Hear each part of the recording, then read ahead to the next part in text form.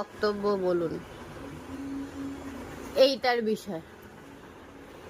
ঠিক আছে, আপনি এটা ধরলেই এরকম তেড়ে আসছেন কেন? এইটা নিয়ে কি আপনি দুঃখ প্রকাশ করছেন? দুঃখ প্রকাশ করবেন না, দেখি, ছাড়ুন, এটা দিন।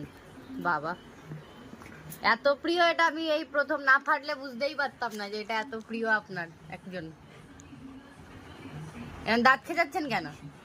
একটু দিন।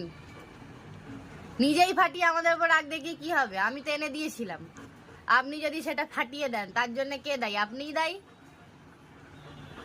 আপনি আবার দাঁত দেখান কেন?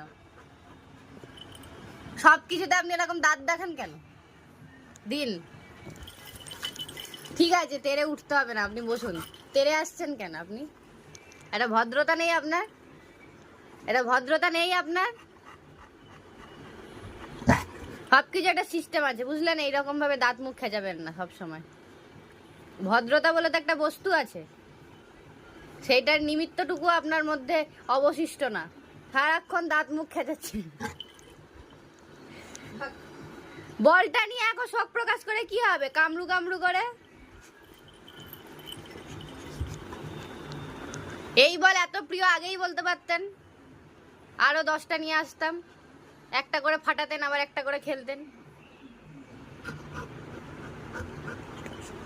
কি ব্যাপার কি? দিন, বল দিন। আবার উঠে আসে, আপনাকে উঠে আসতে হবে না, আপনি বসুন। সব জায়গায় গিয়ে এরকম করেন, বসুন তো। খালি উঠে যায়।